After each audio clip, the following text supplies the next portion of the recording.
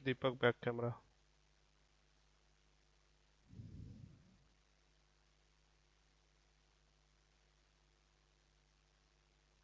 Okay.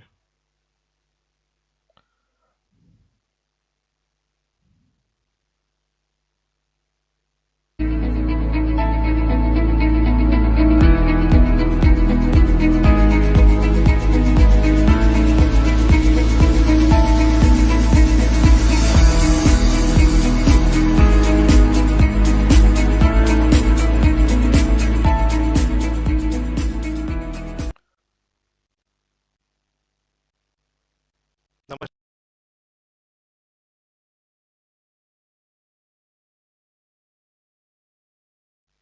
स्वागत है आपका। अभिनंदन है इस कार्यक्रम में। लाइव परिचर्चा है। ये ऐसा कार्यक्रम है जिसमें हम अलग अलग साथियों को हम सीधे जोड़ते हैं अपने स्टूडियो से और उनसे मुद्दे पर हम बात करते हैं, मुद्दे पर हम सवाल करते हैं और क्या चल रहा है, विद्वान जो हमारे बुद्धिजीवी वर्ग है उनके जो देश में जो मसला है उस पर क्या चलता है, ये हम आपके सामने पहुंचाने का प्रयास करते हैं। एक प्रयास है।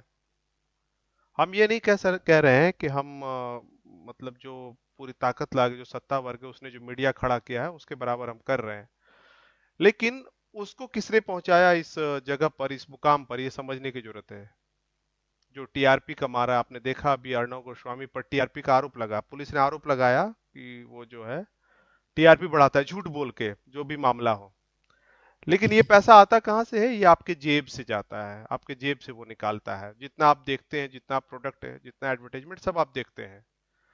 मूल निवासी बहुजन समाज जो भारत में है वो 90% है और वो अपना कमाई का हिस्सा उनको दे रहा है और वो खड़ा हो गया आज के डेट में। घर घर तक जो है, जो ब्राह्मणवादी आइडियोलॉजी है वो पहुंचा रहा है। हम प्रयास कर रहे हैं उस विचारधारा के खिलाफ लड़ाई लड़ने में। तो ये सोचने की जरूरत है कि इस विचारधारा के खिलाफ जो लड़ाई लड़ रहे हैं उसको कैसे हम काउंटर करें। इसमें आपका सहयोग है। कुछ लोग मिलके इसको नहीं लड़ सकते हैं। इसको लड़ने के लिए पूरा ताकत लगाना पड़ेगा, हर व्यक्ति को अपनी ऊर्जा देना पड़ेगा। जो लोग इस कार्यक्रम को देखने के लिए पहुंचते हैं या समय देते हैं, उनका बहुत बहुत हम धन्यवाद अदा करते हैं कि वो इस आंदोलन में वो हमारा साथ और सहयोग दे रहे हैं। कुछ लोग हमारे साथ रेगुलर जुड़े हुए हैं, नियमित रूप से जुड़े हुए हैं, हर दिन वो देखते हैं, कमेंट करते हैं, शेयर करते हैं, फीडबैक देते हैं। हमें आशा है कि हम उस मुकाम तक पहुंचेंगे। लंबा समय लग सकता है, लेकिन आपके ऊपर निर्भर करता है कि हम कितना आगे पहुंचेंगे। अच्छा लगता है तो शेयर करिए। अगर कुछ सुधार करना है तो आप कमेंट करिए, लेकिन चुप मत रहिए, शांत मत रहिए। शांत रहने से बहुत नुकसान हुआ है देश को। लोग अपमान को सहकर जो बर्दाश्त कर लेते वो देश के लिए सबसे खतरनाक है। रोहित वेमुला हो, पायल तड़वी हो, या जो भी हमारे आज के साथी जो गुजर जा रहे हैं, वो शांत नहीं रहे, उन्होंने विरोध किया। उन्होंने देखा कि हम जब अकेले लड़ नहीं पा रहे तो उन्होंने अपनी जान दे दी। आप क्या चाहते हैं कि हम इस मीडिया को किस मुकाम तक ले जाए? ये आप पर निर्भर करता है। जो दर्शक मुझे सुन रहे हैं, ये उन पर निर्भर करता है। हम क्या चला रहे हैं, नहीं चला रहे हैं, कैसे चला रहे हैं, कैसे पता चलेगा? किसी ने कहा है कि आलोचना करने वाले को अपने साथ रखिए हमेशा, वो दुश्मन नहीं होते हैं। जो आलोचक होते हैं वो हमारे दुश्मन नहीं होते हैं। आलोचक को हमेशा करीब रखना चाहिए, प्यार करना चाहिए। निंदक नियरे राखी, आपने सुना होगा। उसकी भी भूमिका में आप आइए। अगर लग रहा है कि सुधार करने की जरूरत है तो आप हमें लिखिए, हमें लिखिए, एमएनटी को लिखिए, जो आपको लग रहा है हमें लिखिए। लेकिन आप साथ दीजिए। अगर आप साथ नहीं देंगे तो जिस चीज को बचाने की मुहिम चल रही है, उस चीज को बचाने में कुछ लोग सक्षम नहीं है। मार्ग हमारे महापुरुषों ने दिया है, चलना पड़ेगा उस पर, और चलने के लिए त्याग करना पड़ेगा। क्या त्याग करना है? आप जरूर देखते होंगे मोबाइल, और देखते ही हैं। जितना हम माह भर का भराते हैं, जो भी है, उसमें आप देखते हैं 10 घंटा 12 घंटा आप नेट चलाते हैं। हम क्या चाह रहे हैं कि आप इस कार्यक्रम को अपने परिवार को दिखाएं, अपने बच्चों को दिखाएं, अपने दोस्तों को शेयर करें। वो देख रहे हो या नहीं देख रहे हो, अपनी जिम्मेदारी पूरा निभाना चाहिए। जब इस कार्यक्रम को शुरू किया गया एमबीएन को, तब ऐसा लगा था कि काफी लोग इसको समझेंगे, जो हमारे ऑर्गेनाइजेशन के लोग हैं। लेकिन वो ऐसा सोचते हैं कि मैं ऑलरेडी कुछ ना कुछ जानता हूं, जो विचार चल रहा है ना वो मैं जानता हूं। लेकिन मैं आपको बता रहा हूं कि हम जिन पैनलिस्ट साथियों को यहाँ आमंत्रित करते हैं, वो कहने को तो हाँ कह देते हैं कि हम शामिल होंगे, लेकिन अधिकतर लोग नकार मतलब मना कर देते हैं। क्यों? वो अपना मतलब नहीं, उनको पता हो जाता है कि मैं नहीं बोल पाऊंगा। तो इसके लिए वो कार्यक्रम है, ट्रेनिंग का एक मामला है। ये हम कोई टीआरपी नहीं हम जनरेट कर रहे हैं यहाँ पे, हम क्यों यहाँ बैठे, क्यों पूरी टीम लगी हुई है। इसलिए ये सबसे इंपॉर्टेंट बात है कि सीखने का, सिखाने का, लड़ाई लड़ने का, संघर्ष का कई बातें एमबीएन के साथ जुड़ी हुई है। आपका आग्रह है, कितनों भी कोई भी हालात हो, कैसी भी परिस्थिति हो, कहीं भी हो आप, 7 से 8 बजे तक खोल के बैठ जाइए, अपनी जिम्मेदारी निभाइए। शाम का समय है, आंदोलन में लगाइए, 1 घंटा लगाइए। आप जानते हैं बाबा साहब रातों रात जग कर और हमारे लिए आंदोलन चला रहे थे, और हम तभी तो हम यहाँ हैं। हमारी भी कुछ जिम्मेदारी बनती है, हम निभा रहे हैं, आप भी निभाइए। लिखिए, हाँ, क्या खराब है, क्या विषय लगाना चाहिए, किनको इनवाइट करना चाहिए, क्या आपको आना चाहिए, आप लिखिए कि मुझे बुलाइए। लेकिन शांत मत रहिए, कमेंट करके निकलिए मत, पूरा कार्यक्रम को देखिए। जो ठीक लगे, जो वक्ता यहाँ समझ दे रहे हैं उनका हौसला अफजाई कीजिए, अगर वो ठीक नहीं बोल रहे तो उनके लिए भी लिखिए। लेकिन आप एमबीएन न्यूज नेटवर्क पर बने रहिए। धन्यवाद। विषय पर शुरू करते हैं हम चर्चा। विषय बड़ा महत्वपूर्ण है, ये देखिए, एससी एसटी ओबीसी की समस्याओं का एकमात्र समाधान, मूल निवासी पहचान। फूले साहब ने जो मूल निवासी पहचान दिया। हमारे साथ पैनलिस्ट जुड़े हुए हैं, मूल निवासी राजेश दास जी, राजेश कुमार जी जुड़े हुए हैं हमारे साथ, पीपीआईडी से हैं, धनबाद से हैं, और लंबे समय से इनका अनुभव रहा है। जय भीम। और वो देखते भी रहते हैं, मतलब हम हमसे बहुत बाद में वो जुड़े, लेकिन मैंने ऑब्जर्व किया है इनका, अगर सोशल मीडिया आप देखेंगे तो उसी आइडियोलॉजी पर ये लिखते हैं जिस आइडियोलॉजी को हमें महापुरुषों ने दिया। दूसरे हमारे साथ जुड़े हैं, दीपक कुमार जी जुड़े हुए हमारे साथ, पीपीआईडीए झारखंड के प्रदेश पदाधिकारी हैं, ये भी हमारे साथ जुड़े हैं। सबसे पहले हम दोनों पदाधिकारियों का स्वागत करते हैं, अभिनंदन करते हैं सभी को, और हम इस परिचर्चा को शुरू करते हैं। सबसे पहले हम राजेश जी के पास चलते हैं। राजेश जी, जो हमने लिखा है, हम आपसे वार्तालाप शुरू करते हैं, फिर हम दीपक जी के पास आएंगे। हमने ऐसा तो लिख दिया कि भाई सभी समस्याओं का समाधान, मूल निवासी पहचान, लेकिन लोगों के पास समस्या क्या है? अगर लोगों से हम पूछें, कॉमन मैन से पूछे कि आपको क्या समस्या है, तो बताएगा कि हमारे पास रोजगार नहीं है, मेरे पास सुख सुविधा के सारे सामान नहीं है जो दूसरा लोग उपभोग कर रहा है, हमारे पास अगर मतलब हम कहें स्वास्थ्य अच्छा नहीं है, स्वास्थ्य व्यवस्था अच्छा नहीं है, हॉस्पिटल में बहुत पैसे लगते हैं। आज देखेंगे पेपर में तो मतलब 80 मात्र डॉक्टर बचे हैं सरकारी, ऐसा कुछ है रिपोर्ट। मतलब बहुत बुरा स्थिति है झारखंड का। शिक्षा नहीं है, शिक्षा के लिए पैसा लग रहा है, और हम क्या लगाए हैं विषय, सभी समस्याओं का समाधान, मूल निवासी पहचान। हाँ, क्यों, क्या, मतलब इसको आप कैसे देखते हैं? जी राजेश जी, बताइए आप। जी जी, पहले तो हम सर एमबीएन न्यूज नेटवर्क को धन्यवाद देना चाहते हैं। जी जय भीम, जय मूल निवासी। जी। और आज का जो विषय है, सभी जातियों की पहचान, मूल निवासी हम्म, पहचान, तो इसका एक सीधा सिंपल नजरिया सर, आज भी जातिवाद मरा नहीं है, हम्म, सभी जगह ज्यों का त्यों है, अवस्था वही है, व्यवस्था कुछ परिवर्तन हुआ है अलग बात है, हम्म, लेकिन अवस्था वही है। आज देखिएगा सभी क्षेत्रों में जातिगत तुलनात्मक ज्यादा है, हम्म, चाहे फाइनेंशियल हो, चाहे कोई भी ऑर्गेनाइजेशन हो, जी, चाहे कोई नौकरी व्यवसाय का सेक्टर हो, हम्म, सभी में जाति व्यवस्था का जो फैक्टर है, इनको बड़ी गौर से देखा जाता है। सपोज दैट अगर हमारे मूल निवासी साथी है हम्म, और हम उस पद पर, बड़े पद पर बने हुए हैं, हम्म, तो हम नेसेसरी उनका सपोर्ट करना बिल्कुल नहीं चाहते हैं। हम्म, लेकिन वही अगर अपर कास्ट से जिसे बोला जाता है या फॉरवर्ड से, जी, उससे अगर बना हुआ, तो उसमें जो सबसे लोअर कैटेगरी का उस में आदमी रहता, उसको भी वो उठाने का प्रयास किया जाता है। हम्म, तो इससे क्या होता है कि उन लोगों का अवस्था ज्यों का त्यों धीरे धीरे आ जाती है, हम्म, और हम लोगों को, वो लोग जब अच्छा पावर पोजीशन में कुल मिला के सब है, उनका जो 10% या 15% है वो पहुंच जा रहे हैं, हम्म, और बाकी जो हमारे 85% मूल निवासी बहुजन समाज के लोग हैं, हम्म, इनका कहीं ना कहीं जातिगत नाम के आधार पर देख के, या तो फिर उनका फादर्स के नाम को हम्म। देखते हुए उसके साथ कहीं ना कहीं भेदभाव किया जाता है, जिससे को पहचान पाना हम लोगों के लिए मुश्किल हो जा रहा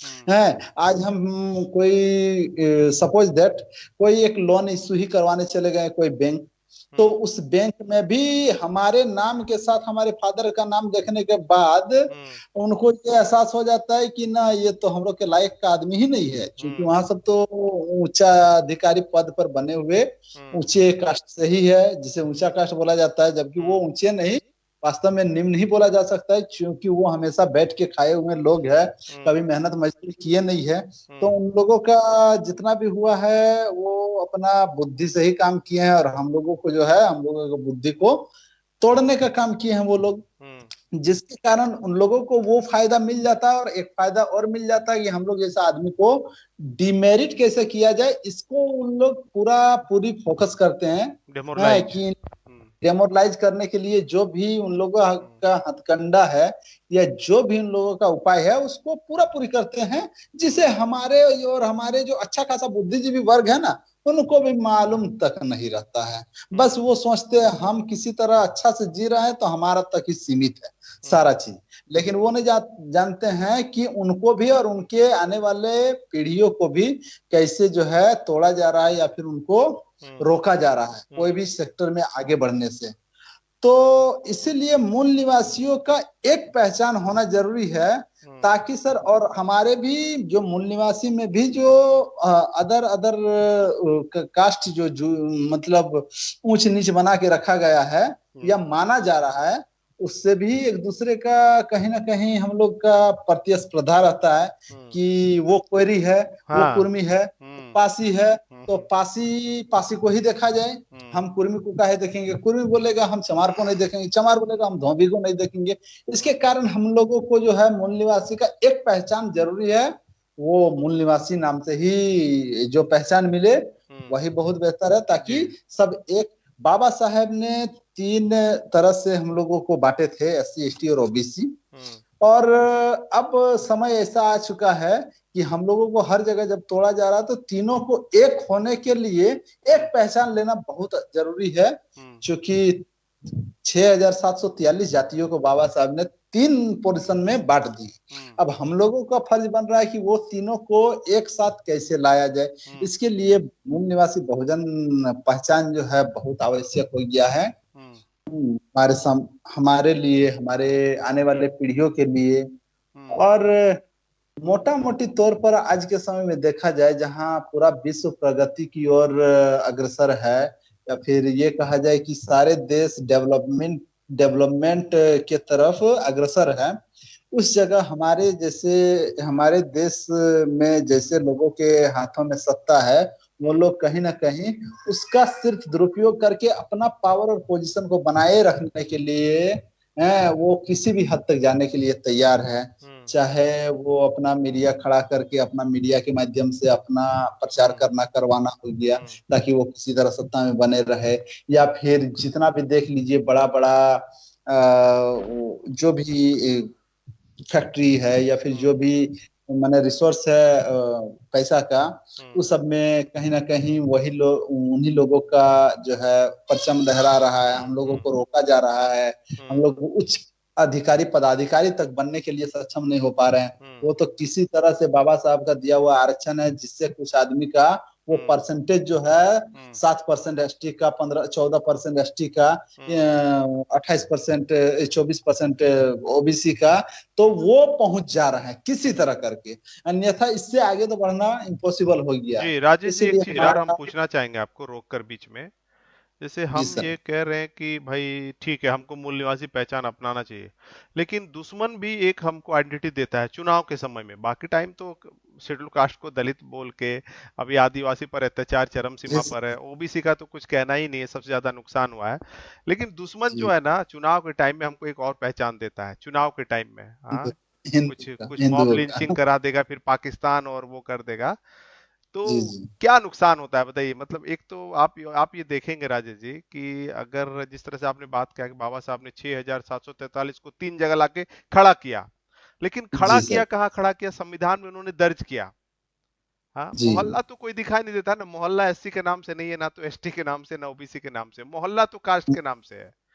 लेकिन कास्ट नाम से। हाँ जी, लेकिन समाज में दलित है, दलित नाम लोग दलित का दलित लोग बोल, बाबा साहब को लोग भी दलित के मसीहा बोलने लगे हैं आजकल, पता नहीं क्यों। हाँ, जबकि बाबा साहब ने सबके लिए काम किया। मुझे ये बताइए कि एक तरफ वो हमें हिंदू बनाता है, धार्मिक रूप से जी पोलराइज सर। करता है, दूसरी तरफ आप मूल जी निवासी पहचान जो हम विषय लग रहे हैं, जिसके आप पक्षधर है कि हमको अपनाना चाहिए, हमें अब बुद्धिजीवी वर्ग भी प्रताड़ित होता है ऊपर जाके, तो हिंदू जी धर्म भी हमें इकट्ठा करता है क्या? अगर करता है तो हमको क्या लाभ होता है? जी राजेश जी। सर, एक्चुअली हिंदू धर्म नाम का कोई चीज नहीं है। अच्छा। ये आए विदेशी आए हुए थे, वही टाइम से ये शब्द का बहुत बाद में प्रयोग किया गया था। हम्म। लेकिन एक्चुअली में क्या है ना सर, कि हिंदू कैमरा में पर जो देखें। जी। ऊंच नीच की प्रथा को बनाए रखने के लिए और अपना अस्तित्व को बचाए बचाए रखने के लिए जो ऊंच नीच का प्रथा चलाए हैं, हम्म। और हमारे जो माता बहनों से लेके हमारे जो पूर्वज हैं उन लोगों का जो शोषण करने के लिए जो ऊंच नीच का प्रथा चलाए हैं, हम्म। तो आज हम लोग थोड़ा जागरूक है, तो इतना जरूर समझ रहे हैं सर कि इनको मूल निवासी पहचान जरूर मिलना चाहिए। हम्म। क्योंकि ये हिंदू शब्द से ही जुड़ के तो हम लोग आज ऊंच और नीच बने हुए रह गए हैं ना सर। हम्म। या दलित या चमार या पासी, इन्हीं से बन के रह गए हैं ना सर। हम्म। अगर हम बाबा साहब के अनुसार चला जाए, तो या हम एससी होंगे या एसटी होंगे या ओबीसी होंगे। हम्म। लेकिन न हम एससी में अभी तक बन पा रहे हैं। वो हम्म। सिर्फ एक फॉर्म भरने तक ही सीमित रह गया, एससी एसटी और ओबीसी। हम्म। बाकी टाइम के लिए तो हम चमार पासी धोबी कुम्हार कहार हम्म। यही बन के रह चुके हैं। हम्म। तो इसके लिए भी बहुत जरूरी है सर जी। जी राजेश जी। मूल निवासी पहचान का। जी। और हिंदू शब्द का तो प्रयोग जान ही रहे हैं जी। कि ये नेसेसरी हम लोगों को किसी भी तरह नीचा दिखाने के लिए ही किया जा रहा जी। है। अच्छा, एक चीज और हम अगले बार आपसे पूछेंगे, अभी हम आपके सामने रख देते हैं कि चुनाव में मूल निवासी पहचान की क्या भूमिका हो सकती है, क्योंकि संविधान में जो भी अधिकार है, जब तक हमारे लोग वहां पहुंचेंगे नहीं, जो मूल निवासी आइडियोलॉजी वाला पहुंचेगा नहीं, तब तक वो मूल निवासी का कल्याण नहीं करेगा। आप देखिए आज के डेट में बहुत सारे हमारे सामने विधायक हैं, लेकिन वो जब वहां जी पहुंचते हैं तो फिर अपने कास्ट का पॉलिटिक्स, अगर हम बीएसपी की बात करें तो वो भी उसको भी एक कास्ट में, मतलब हाँ, अगर हम सपा की बात करें तो एक कास्ट फीलिंग उनके मन में रहता है। तो हम ये जी अगले बार आपसे पूछेंगे कि चुन राजनीति में, जैसे आप पीपीआईडी से हैं, आप जैसे मूल निवासी पहचान लोगों से कह रहे हैं अपनाने के लिए, राजनीति में इसका क्या मतलब फायदा हो सकता है, मूल निवासियों को क्या फायदा हो सकता है, इस दृष्टिकोण से हम आपसे बात करेंगे। अभी हम चलते हैं, हमारे साथ जुड़े हुए हैं दीपक जी जुड़े हुए हैं। दीपक जी, सबसे पहले आपका बहुत बहुत धन्यवाद है, आभार है, और आपने लोकसभा चुनाव भी लड़ा है, और आप पीपीआईडी के कई चुनावों में आप सहभाग भी हुए हैं, और अभी झारखंड को आप देख रहे हैं। बहुत सारी पार्टियां हैं दीपक जी कि वो कुछ और बातें करती हैं चुनाव के वक्त, हम मतलब हम जो मूवमेंट चला रहे हैं, जो लोग, अगर हम बात करें पीपीआईडी बाम से मूल्य सभी लोग, ये कुछ अलग बात कर रहे हैं। बाकी लोग का डायरेक्शन लगभग सभी का एक जैसा है। क्या समस्या है बताइए? लाल कार्ड, पीला कार्ड, राशन बांटना, जो भी है, मतलब ये सब है। तो कुछ कुछ ऐसे भी लोग हैं, ऐसे भी राजनीतिक दल हैं, जो अभी जो लोग हैं, वो जो सत्ता में नहीं है उनको दोष देते हैं भाई। अभी बीजेपी खराब है, अभी उसको जो लोग सत्ता में नहीं वो बोल रहे हैं, मतलब एक राजनीतिक पार्टी को दोष देकर भी सत्ता आना एक माध्यम हो गया है कि देखा उसने क्या किया। लेकिन पीपीआईडी और मूल निवासी संघ और ये जो पार्टियां हैं, जो भी संस्थाएं हैं, जो भी संगठनाएं हैं, सामाजिक संगठनाएं हैं, वो एक बिल्कुल अलग दिशा में वो काम कर रहे हैं। तो इसको आप लोगों को कैसे बताएंगे कि ये डायरेक्शन से ही मूल निवासी पहचान अपनाकर संविधान लागू करके ही हम सभी समस्याओं का समाधान कर पाएंगे, जबकि जहां दूसरे लोग बिल्कुल दूसरे डायरेक्शन में जा रहे हैं। तो आप इसको कैसे देखते हैं जी दीपक जी? जी सर, एमबीएन को बहुत बहुत धन्यवाद जी। जो आज मुझे बोलने का मौका दिया गया। जी। और जो बात अभी सर राजनीति में जो चल रही है हम्म। पूरे भारत में, वो देख रहे हैं पूरे भारत की जनता। लेकिन आप देखिए कि हमारे जितने भी एससी एसटी ओबीसी भाई लोग जो भी हैं, जो कन्वर्टेड माइनॉरिटी जो हैं, हम्म। वो कहीं ना कहीं ये चाहते हैं कि सरकार जो है हमारे लिए काम करे। और हम्म। इसके लिए वो अपने लोगों को चुन के अपने ही समाज से, एससी से हो, एसटी से हो, ओबीसी से हो, उनको चुन के वो भेज रहे हैं। उस भेज रहे हैं, हाँ। विधानसभा में भेज रहे हैं, सांसद में भेज रहे हैं। हम्म। मैंने भी लड़ा इलेक्शन, मैंने भी देखा इसमें, हम्म। इसमें मैंने एनालिसिस किया कि जो लोग आपके ऊपर आश्रित है, मतलब एक सांसद के ऊपर आश्रित हो गए कि ये मेरा नेता है, ये हम मेरा जाएंगे कल्याण तो करेगा। हमारा कुछ ना कुछ कल्याण हम्म। करेंगे, हम्म। लेकिन ऐसा कदापि नहीं होता है। एक हम्म। परसेंट भी, मैं दावे के साथ कहता हूं कि 1% भी कोई भी नेता किसी भी, अगर कास्ट से भी अगर हम जोड़ते हैं, तो कोई भी वो अपने ही कास्ट का काम नहीं करता है। हम्म। इवन आप, अभी हम लोग झारखंड में रह रहे हैं, झारखंड में ही आदिवासी बहुल क्षेत्र है, इसमें जो मुख्यमंत्री जो है यहाँ के हेमंत सोरेन जी हैं, हम्म। एसटी में है। आप देखिएगा कि एसटी के लिए उन्होंने कोई भी कल्याणकारी काम नहीं किया है। हम्म।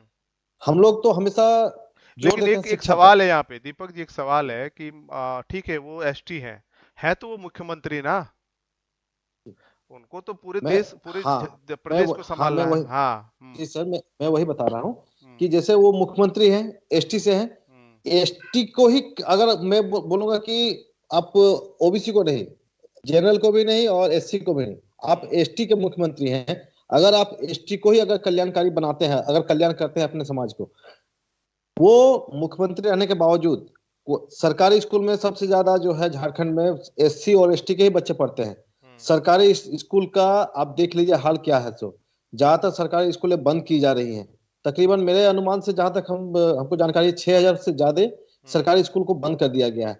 मुख्यमंत्री आने के बाद, हेमंत सोरेन के आने के बाद, अभी तक कोई भी सरकारी स्कूल को मतलब अच्छी तरह से हम्म। लागू नहीं किया गया है, खोला नहीं गया है, ना शिक्षा का कोई हम्म। प्रावधान दिया गया है। हम्म। यहाँ तक कि ना एसटी समाज से या एससी से किसी को भी नौकरी रोजगार शिक्षा के लिए कोई टीचर का बहाली कहीं भी नहीं हुआ नहीं है, हुआ। अभी तक नहीं हुआ है।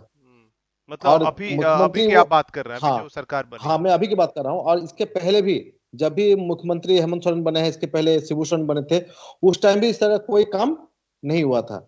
और आप जो सवाल कर रहे हैं कि एसटी के मतलब अभी है मुख्यमंत्री, लेकिन वो क्यों नहीं कर रहे हैं, नहीं करने का कारण क्या है कि वो ऐसे पार्टियों के साथ गठबंधन करके वो हैं, जो पार्टियां हमेशा से मूल निवासी विरोधी पार्टियां रही हैं। रही है। अगर इतिहास आप देखिएगा तो हम्म। हमेशा से वो मूल निवासी विरोधी पार्टियां रही हैं। मूल हम्म। निवासी कौन कौन है? हम्म। एससी, एसटी, ओबीसी और कम्युनिटेड माइनॉरिटी, जितने भी हैं भारत के हम्म। लोग, जो भारत के मूलभूत यहाँ के रहने वाले हैं, हम्म।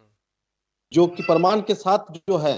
लेकिन मैं सिर्फ झारखंड का ही अगर बात करूं, तो झारखंड में भी जो है हेमंत सरकार जो है, वो जो चला रही है सरकार, उनका जो होता है ना कि एक जो उनका मुख्यमंत्री का जो कुर्सी है, तो 4 को पाया, तो चारों पाया जो है अलग अलग पार्टियों की है। और हर पार्टी उनको नहीं चाहती है कि इनका समाज जो आगे बढ़े, उनको हम्म। प्रेशराइज किया जा रहा है। एक मैं उनका एक इंटरव्यू देख रहा था लेकिन नितिन इसमें एक गडकरी के बात आप साथ। बोल रहे हैं, आप दीपक जी एक बात बोल रहे हैं कि उनको प्रेशराइज किया जा रहा है। मैं जब इलेक्शन लड़ रहा था, हम्म। इलेक्शन के टाइम में जब मैं लोगों के पास जा रहा था, तो लोगों का मेंटली जो है, मतलब आपके दिमाग से ये निकाल दिया गया है कि आपको सरकारी नौकरी कहीं मिलने वाला है। हम्म। आप पीएचडी क्यों ना किए हो, आपको सरकारी नौकरी कहीं मिलने वाला नहीं है। कहीं भी हम जा रहे हैं तो बोल रहे हैं सर, मेरे यहाँ का गांव में चापाकल करवा दीजिए, नाला एक करवा दीजिए, रोड बना दीजिए, घर बना दीजिए, लेकिन कोई भी डिमांड सरकारी नौकरी का नहीं कर नहीं रहा है। है। हम्म। हाँ, इसका समाधान, अगर हम बात करें इस विषय में हम्म। कि समाधान क्या है, तो समाधान मैं ये कहूंगा कि अगर पूरे भारत के लोग, हमारे जितने भी एससी, एसटी, ओबीसी के लोग हैं, हम्म। अगर वो एक हो जाते हैं, और एक कहीं ना कहीं है भी, ऐसे नहीं कि नहीं है, लेकिन एक नहीं होने का दुष्प्रचार बहुत ज्यादा किया जाता है, क्योंकि मीडिया तंत्र जो है उनके उनके हाथ में हाथ है। है। मैं एक डाटा मैं आपको दिखा रहा हूँ, हाँ। शायद आपको नजर आ रहा होगा सर। हम्म। इसमें देखिए लिखा हुआ है, राज्य सेवा की भर्ती में हम्म। 27% ओबीसी आरक्षण पर रोक। दिखाइए, सामने करिए थोड़ा इधर। हम्म। देखिए, है ना, हम्म। ये हम्म। पेपर का है, ये है ना, ये आपका 29 फरवरी 2020 का है। हम्म। हम्म। और मैं जब फील्ड में जब जा रहा था, तो ओबीसी समाज के लोग ही हम्म। आरक्षण का सबसे ज्यादा विरोध कर रहे हैं। हम्म। तो मैंने उनसे ये कहा कि आप क्यों विरोध कर रहे हैं, कि नहीं, इसमें सिर्फ एससी और एसटी को ही लिया जाता है, उन्हीं को नौकरी मिल रहा है। बड़ा तो बात है मैंने ये, कहा बड़ा आप, सवाल है ये हमारे हाँ, सामने। हम्म। तो मैंने उनसे कहा कि आपको पता है कि ओबीसी का पॉपुलेशन कितना है भारत में? नहीं मालूम। उनके पास वो जवाब नहीं नहीं था। है। आज मैं वहां पर तकरीबन 20-25 लोग थे और टोटल ही ओबीसी के थे। हम्म मैं मात्र एससी का था। हम्म अगर मैंने कास्ट वाइज हम्म अगर मैं हम्म बात करता हूँ हम्म हम्म तो एससी से मैं था मात्र। हम्म ओबीसी के करीबन 20-22 लोग थे वहां बैठे हुए। हम्म उनके 22 लोगों में बहुत सारे लोग मतलब ग्रेजुएट थे, एमबीबीएस किए हुए थे, एम्प्लॉयड थे। लेकिन हम्म। उनके पास इसका जवाब नहीं था कि भारत में ओबीसी का पॉपुलेशन कितना कितना है। है? सो सरकार करा भी नहीं रही है। करा भी नहीं रही है। हम्म। तो मैंने उनको बस ये कहा कि अगर आपको अपना अधिकार लेना है तो पहले आपको अपना जनगणना जानना जरूरी है। जरूरी है। और अगर आप आपका जनगणना अगर आप मालूम चल जाता है, जो चूंकि जो मेरे पास डाटा है मैंने उनको दिखाया भी कि हम्म ओबीसी का जो है 55% उस टाइम तक का जो था, अभी तो 60+ होगा। हम्म हाँ, मैंने उनको कहा कि 55% मान के चलिए कि अभी ओबीसी का पॉपुलेशन है। तो हम्म बताइए आप लोग कि भारत में सबसे ज्यादा रिजर्वेशन किसको मिलना चाहिए? हम्म संविधान के आधार पे जो संविधान में लिखा हुआ है, हम्म। जिसका जितना पॉपुलेशन है उसको उतना रिजर्वेशन बिल्कुल सही मिलना बोल चाहिए। रहे हैं जी। तो किनको मिलना चाहिए था हम्म रिजर्वेशन या आरक्षण? बोलिए किसको मिलना चाहिए था सबसे ज्यादा? तो हम्म वो लोग बोले कि हाँ ओबीसी को मिलना चाहिए। तो क्यों नहीं मिल रहा है? कि हमारे लोग जो है नहीं बोल रहे हैं। कि कौन नहीं बोल रहे हैं? ना हमारे हम्म नेता नहीं बोल रहे हैं। हम्म। क्यों नहीं बोल रहे हैं? तो उनका जवाब उनके पास नहीं था। नहीं तो है। मैंने समझाया कि हाँ, तो मैंने उनको यही समझाया कि आपके नेता, आप जिनको चुन के भेज रहे हैं वहां पर, वो नहीं चाहते हैं, जिस पार्टी में जुड़े हुए हैं वो लोग, जो आरएसएस से निकला हुआ जो कांग्रेस है, बीजेपी। आपका बीजेपी है, हम्म कम्युनिस्ट है, ये हम्म। सब जितने भी ब्राह्मणी पार्टियां हैं, वो लोग नहीं चाहती है कि बहुजन समाज कभी आगे बढ़े। बड़े। इसलिए हर हर जगह पे हम लोग का रोक दिया जा रहा है। अगर ये एक हुआ। और दूसरा चीज मैंने उनको बताया हम्म कि संविधान में जो भी हम लोग का अ, नौकरी का, शिक्षा का जो प्रावधान दिया गया है, वो लोग हम्म इसको इसलिए रोक रहा है कि अगर जैसे उन लोग का मेंटली बना हुआ है कि अगर ये लोग पढ़ लिख लेगा तो ये लोग नौकरी का डिमांड करेगा। हम्म और नीचे तबका का जो काम उन लोग का फैक्ट्री में काम कौन करेगा? हम्म। उन लोग का मिल में, कपड़ा मिल में, या सस्ता कोई भी मजदूर स्टील कहाँ से फैक्ट्री में जो आएगा? है सस्ता में कहाँ से आएगा? तो जो प्रावधान, जो संविधान लागू होने से पहले जो मनुस्मृति चलता था, हम्म। जो उसका प्रावधान था, वो लोग कहीं ना कहीं बिल्कुल उसको इनडायरेक्ट वे में अभी भी चला बिल्कुल। रही है। लेकिन हमारे नेता, हमारे लोग ये चीज नहीं समझ रहे हैं। ये हम लोग को, हमारे नेता को समझना बहुत जरूरी है। अगर वो लोग इस सब चीज को, अगर हमारे जो भी एमबीएन के हम्म माध्यम से जो भी दर्शक देख रहे हैं, हम्म या इसका रिपीट टेलीकास्ट अगर वो देखते हैं, अगर वो समझते हैं, हम्म तो पहले आप अपना नेता चुनिए और अपना समाज का पार्टी चुनिए जो पूरी तरह से लोकतांत्रिक है। बहुत हम्म सारी पार्टी आपको मिल जाएंगी जो लोकतांत्रिक बोलती है, लेकिन आप देखिएगा वो खुद व्यक्ति जो उस पार्टी में है वो खुद लोकतांत्रिक नहीं नहीं है। है। वो लोकतांत्रिक अपने आप को नहीं किया है ना। वो, अगर कोई व्यक्ति है, वो अपने ही परिवार को पूरा उसको, उस इन्वॉल्व कर पॉलिटिकल दिया। पार्टी को इन्वॉल्व करके रखा हुआ सब कुछ। बड़ा बड़ा पोस्ट बोलिए या बड़ा जो भी इसमें जी दीपक जी। आदान प्रदान का जो हम्म। सुविधा रहता है, जी वो लोग करते हैं। जी। तो बस मेरा यही कहना है कि हमारे समाज के लोगों को एक होके, हम्म एससी एसटी ओबीसी को एक होके मूल निवासी पहचान बनाना होगा। हम्म। और ये मूल निवासी पहचान बना के मूल निवासी पार्टी बनाना होगा। मूल निवासी पार्टी बनेगा तो भारत में संविधान पूर्ण तरह से लागू होगा। भारत में पूर्ण तरह से संविधान लागू हो जाएगा। समस्या 70 साल बहुत समाधान। होते हैं सर, है ना? तो उसको अगर संविधान पूर्ण तरह से लागू हो जाता है बिल्कुल। तो भारत में क्रांति का एक नया अध्याय लिखा जाएगा। बहुत बहुत जी। आभार, बहुत बहुत धन्यवाद। बहुत ही बढ़िया डाटा के साथ और आपने उदाहरण के साथ आपने लोगों का मार्गदर्शन किया। आभार व्यक्त करते हैं आपका हम। राजेश जी, हम आपसे इस सवाल को दोहराते हैं जो पहले हमने लिखा था कि जी सर। मूल निवासी पहचान अपनाते हैं। जैसे अगर हम बात करें, मैंने मैंने कैलकुलेशन करते हैं, लोग ऐसे बोल देते हैं हवा में। हम लोग तो हवा में नहीं बात करेंगे ना, क्योंकि आजकल लोग जागरूक हो रहे हैं एक तरह से। रिवोल्यूशन तो आ रही है। तो जैसे हम बात करते हैं कि 6,743 जातियां हैं, मान लेते हैं संविधान में लिखित, अब और कुछ हो सकता है, 7,000 मान लेते हैं। तो 100% 7,000 जातियां, अगर 70 जाति भी इकट्ठा हो जाए तो 1% हो रहा है। सिंपल हम बात कर रहे हैं। 700 जाति इकट्ठा हो गया तो 10% हो रहा है। हाँ, तो मतलब, और आप देखिए कि दो चार जाति या दो चार मतलब लोग मिलके ही अपने आप को कहते हैं कि हम जो है ठीक कर देंगे। और एक बड़ा मतलब लोगों को धोखा देने का एक बड़ा आंदोलन चल रहा है। हाँ, मूछ ताव के और मतलब अलग तरह का स्टंट करके लोगों को ये बताया जा रहा है कि हम आपका सोल्यूशन करेंगे। हाँ, लेकिन हमारा ये सवाल है राजेश जी आपसे, ये तो व्यवहारिक बात है। हाँ, पूरे बहुजन समाज को इकट्ठा होना होगा। भारत बहुत बड़ा देश है और सारी जो अधिकार है वो सेंटर में संविधान में है, वहां से हमको रिलीज कराना होगा। लेकिन हमें ये बताइए आप कि मूल्यवासी। राजनीति में सक्रिय भूमिका निभाया जाए तो सबसे पहला काम होगा सर कि हमारा जो भारतीय कॉन्स्टिट्यूशन है, हम्म। भारतीय संविधान, जी। उसे पूर्ण रूप से लागू कर दिया जाएगा। हम्म। पूर्ण रूप से लागू करने का सबसे बड़ा फायदा होगा कि सारे लोगों को, जिसकी जितने मतलब जनसंख्या है, हम्म। उसी हिसाब से सभी को उस तरह का जो है रोजगार से लेके हम्म। सभी तरह की भौतिक सुविधा से हम्म। प्रदान किया जाएगा, ताकि जो है सभी लोगों को अपना अपना राइट्स मिल सके। हम्म। और आज हम लोग देखते हैं कि समाज में जो आप बोले कि 10% जुड़ेगा, 1% जुड़ेगा हम्म। तो 70 होगा, 10% जुड़ेगा तो 700 होगा। हम्म। तो वाकई में सर आज का समय में जैसा हमारा माने भारत इतना बड़ा देश है, इसमें हम्म। लोकतांत्रिक व्यवस्था जैसा होना चाहिए वैसा आज तक लागू नहीं हो पाया। हम्म।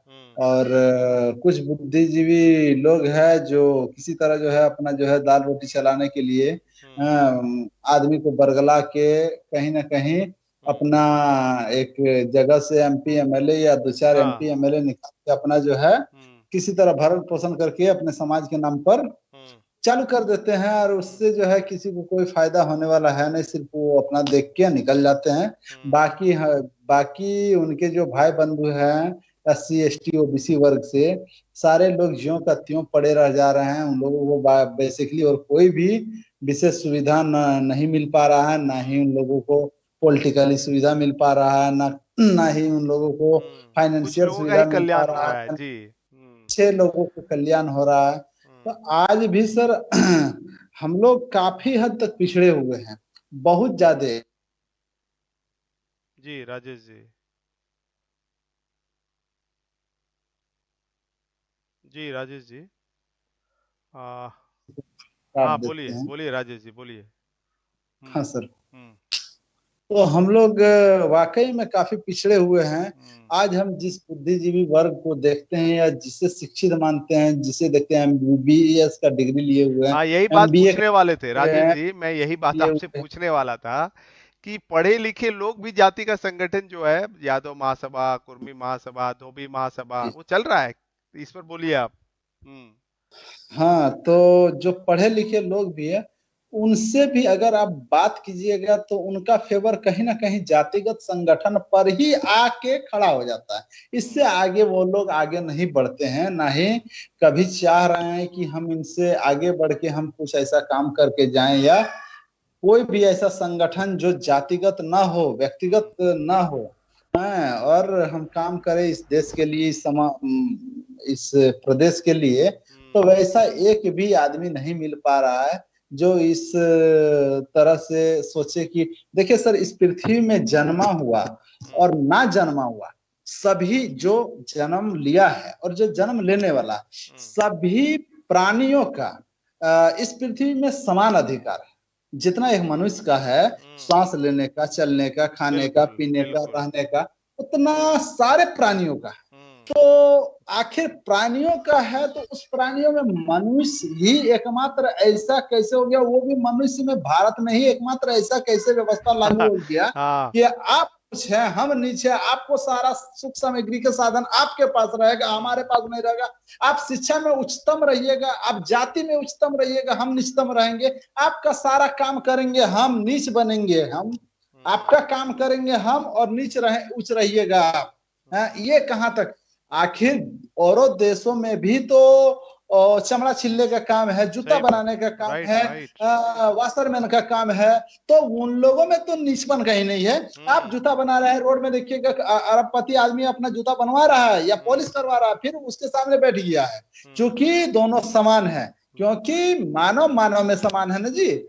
तो हमारे ही देश में इस तरह का व्यवस्था लागू चलाया है। और इस व्यवस्था को समझने के लिए जो अच्छा खासा पढ़े लिखे या एजुकेटेड वर्ग है ना, वो भी तैयार ही नहीं है। उनका कहना एकमात्र यही है कि हम जो है अपने काबिलियत पर पढ़ लिए हैं और हम अपना काबिलियत पर हम नौकरी भी हासिल कर सकते हैं, लेकिन ये नहीं जान रहे हैं वो जो 14% का आरक्षण, 7% का आरक्षण या फिर 24% का आरक्षण है, बस उसी के अंतर्गत उन लोग आने ही वाले हैं।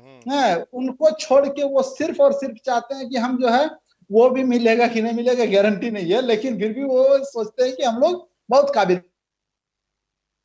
जी राजेश जी, आ, फोन आ जाता होगा बीच में, इसलिए भी वो डिस्कनेक्ट हो जाते हैं लोग। फोन से ही जुड़े हुए हैं लोग, इसलिए डिस्कनेक्ट हो। जी राजेश जी, अपनी बात कंक्लूड करिए जी।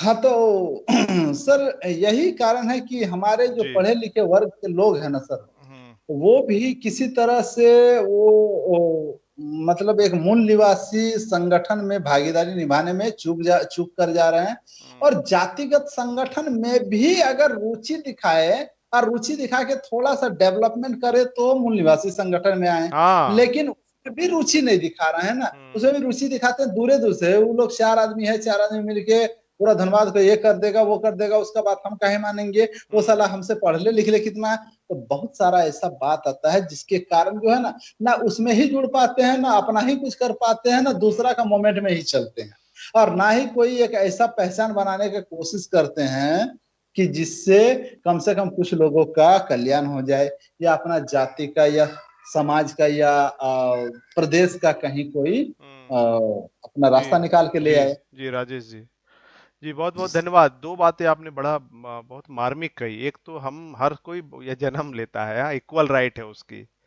हाँ, मतलब भारत में कास्ट सिस्टम है, बाहर नहीं, कॉमन में नहीं समझ पाता। मतलब हमारा जो पढ़ा लिखा व्यक्ति है, जो सर्विस कर रहा है 20-25 साल से, वो भी उसी कास्ट में रहना पसंद करता है। लेकिन हमको समाधान निकालना पड़ेगा, क्योंकि हम जब जो लोग जागरूक हैं उनको तो ढूंढना पड़ेगा कि क्या रास्ता है, कैसे लोगों को समझाया जाए।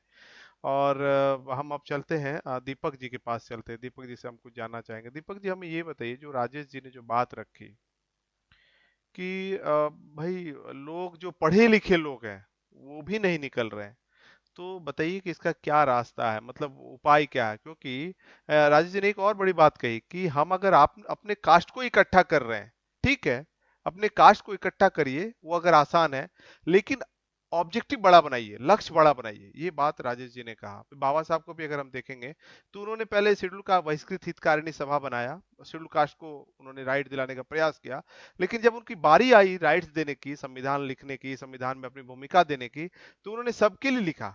शेड्यूल कास्ट के लिए लिखा, शेड्यूल ट्राइब के लिए, ओबीसी के लिए, फॉरवर्डों के लिए भी लिखा। मतलब इक्वालिटी ये होना चाहिए, ये बहुत बड़ी बात कही उन्होंने। दीपक जी, आप हमें बताइए कि क्या मतलब क्या उपाय अपनाने चाहिए, कैसे इस समस्या का समाधान है कि पढ़े लिखे लोग भी जाति संगठन चला रहे हैं, क्या सॉल्यूशन है, बताइए दीपक जी। चुनौती है। जी सर। हम्म। एक तो जातिगत संगठन जितने भी चल रहे हैं भारत में, हम्म। ये वही लोग ज्यादातर चला रहे हैं जो पढ़े लिखे वर्ग में आ रहे हैं, हम्म। और उनको पॉलिटिकली कुछ न कुछ हासिल बेनिफिट करना है, या फायदा हाँ, लेना हासिल है। करना है। हम्म। मेन मुद्दा सर एक यहाँ ये है। आ रहा है।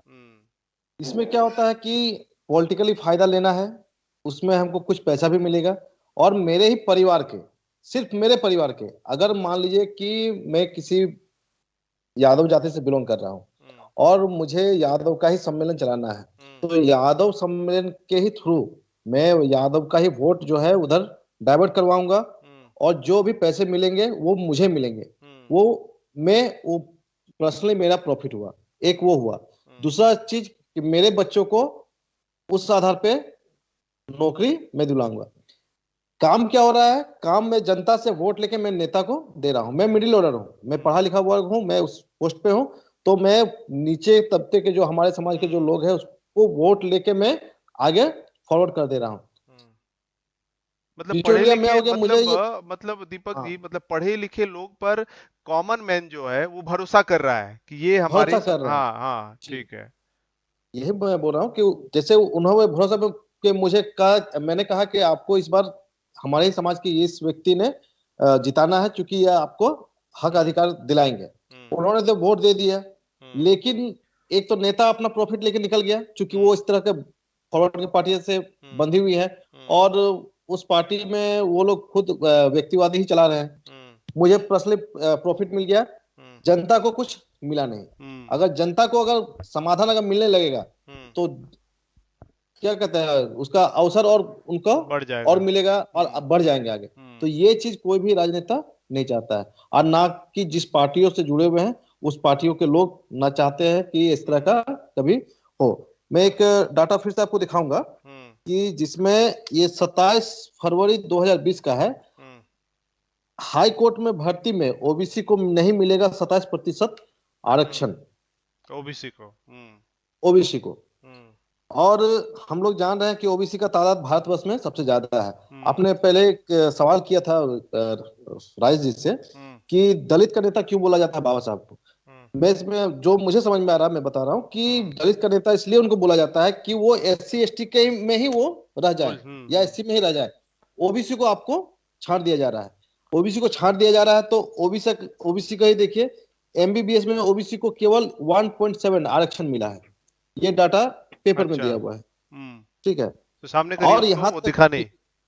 जी हम्म ये सो आ रहा हाँ है दिख रहा नजर। है, हाँ जी एमबीबीएस में ओबीसी को केवल 1.7 आरक्षण। हाँ मतलब एक मिनट एक मिनट, ठीक है। एक मिनट उसको जी दिखाइए जी दिखाइए मुझे दिखाइए, जी जी 4064 में से केवल 69 सीटें। बस। हाँ जी जी।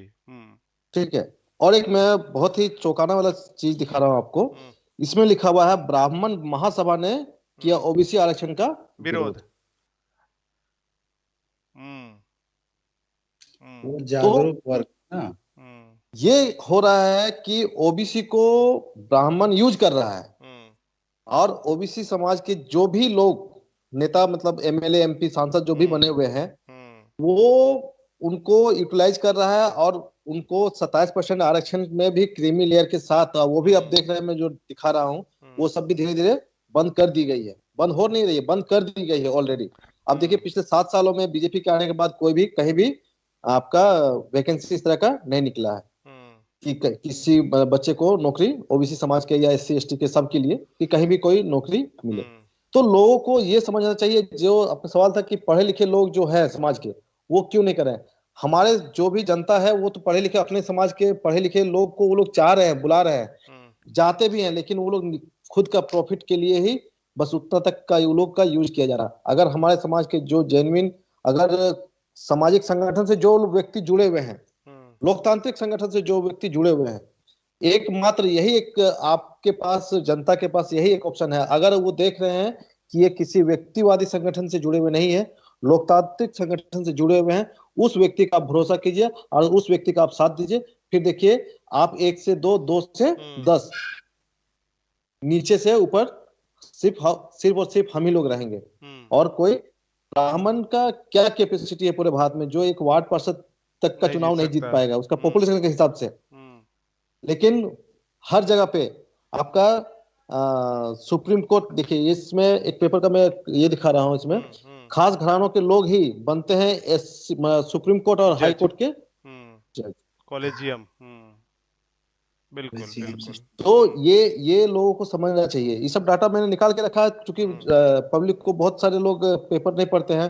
आपके न्यूज चैनल के माध्यम से अगर वो लोग थोड़ा जागरूक अगर होते हैं तो अपने समाज बिल्कुल को बिल्कुल। लोग आगे है ना आगे लेके जाएंगे। जी। तो मेरा मानना है कि अगर इसमें हम समाधान पर अगर चर्चा करें हम्म तो यहाँ पर कोई हिंदुत्व का राग नहीं आलापना है। हम्म कोई किसी का यहाँ पर हिंदुत्व का लेके आप अगर पढ़िएगा, अगर इतिहास देखिएगा तो हिंदुत्व का कई हिंदू कौन है इसका कहीं सटीक जवाब आपको नहीं नहीं मिलेगा। मिलेगा। ये सिर्फ आपको आरएसएस के पास मिलेगा। चुनाव के और वक्त। आरएसएस, हाँ, और आरएसएस का मतलब है, हिंदुत्व का मतलब ही है ब्राह्मणवाद। वो पूरी तरह से ब्राह्मणवाद को वो भारत में लागू करना चाहती है। और अगर हमारे पढ़े लिखे लोग अगर सही मायने में, ये मत समझिए कि आज आप नौकरी में हैं, आप पढ़ लिख लिए हैं, आपका बच्चा पढ़ रहा है तो उसका कल दिन उसका भी बच्चा पढ़ेगा, इसका कोई गारंटी दास को नौकरी मिलेगा। सो उसमें बैकवर्ड ऑफ द सिटीजन लिखा हुआ है, उसके आधार पे आपने नौकरी लिया। और नौकरी लेने के बाद जो है आप अपने समाज से सबसे पहले कटते हैं, आप बोलते हैं कि मेरा समाज कभी आगे नहीं बढ़ नहीं सकता बढ़ा। है। अगर आपको समाज आगे बढ़ाना है तो आपको समाज में आके मिल के रहना होगा, समाज को सही गलत कर बताना होगा, लोकतांत्रिक पार्टी से जुड़ना होगा, लोकतांत्रिक संगठन से जुड़ना होगा। जी। और परिवर्तन लाना होगा। जी जी, बहुत बहुत धन्यवाद, बहुत ही आभार व्यक्त करेंगे हम आपका, बहुत ही बेहतर तरीके से आपने अपनी बातों को रखा। राजेश जी, आप बताइए, हमारे पास समय भी अब मात्र 10 मिनट बचे हुए हैं। अंतिम में क्या आप संदेश देना चाहते हैं? एससी एसटी ओबीसी की सभी समस्याओं का समाधान, मूल निवासी पहचान। समस्या तो कितना विकराल है, डाटा के साथ दीपक जी बता दिए। समाधान बताइए, मतलब एकमात्र यही समाधान है। अंतिम में क्या मैसेज देना चाहेंगे जी? सर, समस्या तो हमारे समाज में बहुत सारी है, हम्म। लेकिन सबसे बड़ा समाधान यही है कि हमें किसी न किसी रूप से एक साथ आना ही पड़ेगा। हम्म। चाहे वो निवासी बहुजन समाज के नाम से हो, निवासी नाम से हो, हम्म। या फिर जो भी नाम दिया जाए, पर हम्म। हमें एक साथ आना ही पड़ेगा। नहीं आने पर हमारा अस्तित्व भी धीरे धीरे खत्म हो जाएगा। जो हम्म। आज से बहुत पहले जो जो जिस कारण से लोगों का छूट चुका था, मतलब जो जो काम छूट चुका था, हम्म। या जिसे बोलिएगा कि लोगों में जो जातिगत व्यवस्था लागू होने के बाद जिस तरह का व्यवसाय से जोड़ दिया गया था, वो धीरे धीरे लागू होना प्रारंभ हो गया है। हाँ। अगर आदमी के पास रोजगार नहीं है तो आदमी करेगा क्या? नहीं करेगा तो खाएगा क्या? तो कमाने के लिए, खाने के लिए नेसेसरी है कि उसको कुछ ना कुछ उपाय करना ही पड़ेगा। हम्म। और जो शासक वर्ग हमारे भारत में रहे हैं, वो हम्म। शासक वर्ग अपने आप को अभी भी इतना ऊंचा बना के रख लिए हैं, चाहे हम्म। फाइनेंशियल रूप से हो, चाहे मेंटलिटी रूप से हो, चाहे हर रूप से अपने आप को इतना ऊंचा बना के रेडी कर लिए हैं कि वो कभी भी फाइनेंशियल रूप से तो खास करके उनको कोई टिका नहीं पाइएगा।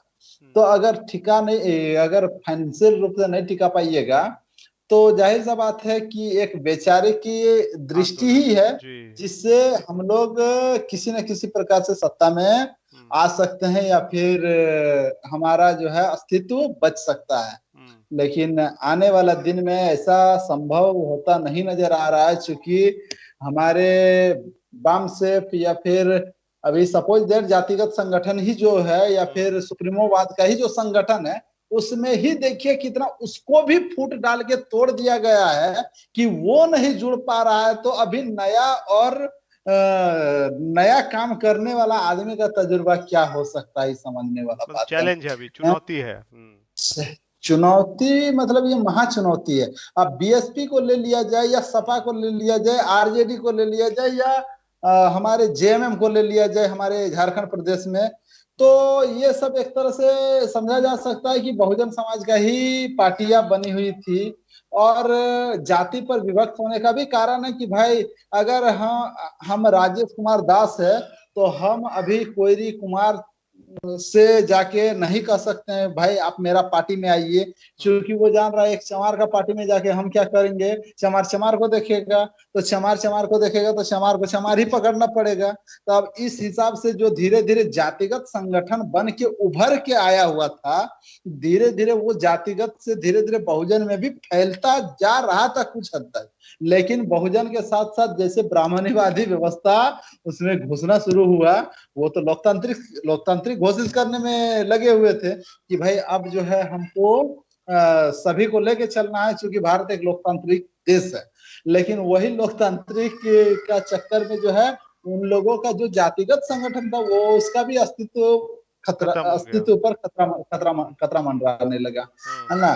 तो अब समय एक ही है हमारे पास कि जी। वैचारिक दृष्टिकोण से ही हम लोगों को एक साथ ला सकते हैं, जी। अन्यथा और कोई दूसरा राय है नहीं। जी। और ना ही हमारे पास मूल निवासी छोड़ के और दूसरा ई देने का जी। जाति जातिगत संगठन देने का कोई हम्म। मोमेंट चल सकता है। जी जी जी, बहुत जी बहुत सर, धन्यवाद आपका। एकमात्र समाधान, हमको वैचारिक आंदोलन चलाना पड़ेगा, मूल निवासी वैचारिक पहचान। आंदोलन। जी, बहुत बहुत आभार।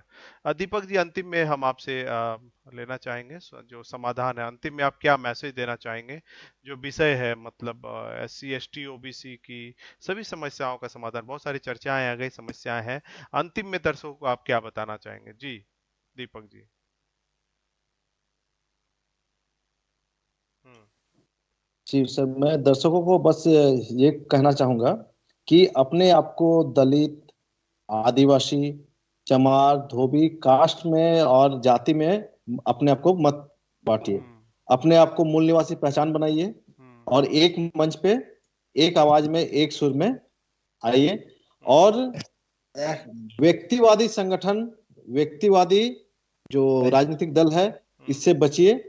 और आप जहां भी हैं, जिस मुकाम पे हैं, जो पढ़े लिखे वर्ग के लोग हैं, वो जीरो ग्राउंड पे बोलिए कि ग्रास रूट से काम करें और लोगों को एकजुट लाए, एक मंच पे लाए। ये सबसे बड़ा दायित्व उन पढ़े लिखे वर्गों का है, जी जो बिल्कुल। क्योंकि समाज जो है उन्हीं के ऊपर भरोसा करती है। जी। तो मैं चाहूंगा कि लोग जो है सब जो बाबा साहब का जो सपना जो है उसको पूरा करना है, अगर साकार करना है तो बिल्कुल सबको एक मंच पे एक साथ में आना होगा, बहुजन कॉन्सेप्ट के ही साथ आना होगा। जी। बिल्कुल। जी बहुत बहुत धन्यवाद दोनों पैनलिस्ट साथियों का, मैं बहुत बहुत आभार व्यक्त करता हूं।